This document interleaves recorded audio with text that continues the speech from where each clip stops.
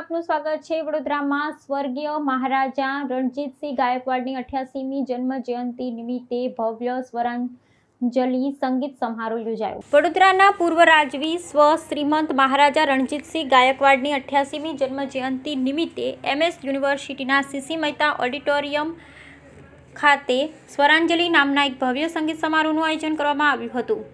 જય શિવરાય સંગઠન, જય શિવરાયા ક્રેડિટ કોઓપરેટિવ સોસાયટી અને શ્રી મલ્હાર મહાલશા કાંત મરાઠા મંગલ કાર્યાલય વાડીના સંયુક્ત ઉપક્રમે યોજાયેલા કાર્યક્રમમાં સંગીત જગતના દિગ્ગજો દ્વારા સુરીલી શ્રદ્ધાંજલિ અર્પણ કરવામાં આવી હતી। આ સંગીત સંધ્યામાં શાસ્ત્રીય સંગીતની બે પ્રખર પ્રતિભાઓએ પોતાની કલા પીરસી હતી। ભારત રત્ન પંડિત ભીમસેન જોશીના પૌત્ર વિરાજ જોશીના અને પદ્મ વિભૂષણ ડૉક્ટર પ્રભના અત્રેના શિષ્યા આરતી કુંડલકર દ્વારા સમધુર ગાયનનું રજૂ કરવામાં આવ્યું હતું। આ વિશેષ પ્રસંગે MS યુનિવર્સિટીના ચાન્સેલર રાજમાતા શુભાંગીની રાજે ગાયકવાડ, મહારાણી અંજના રાજે ગાયકવાડ તેમજ વડોદરાના પૂર્વ મેયર રણજીત ચૌહાણ સહિતના અનેક અગ્રણી મહાનુભાવો મોટી સંખ્યામાં સંગીત પ્રેમીઓ ઉપસ્થિત રહ્યા હતા।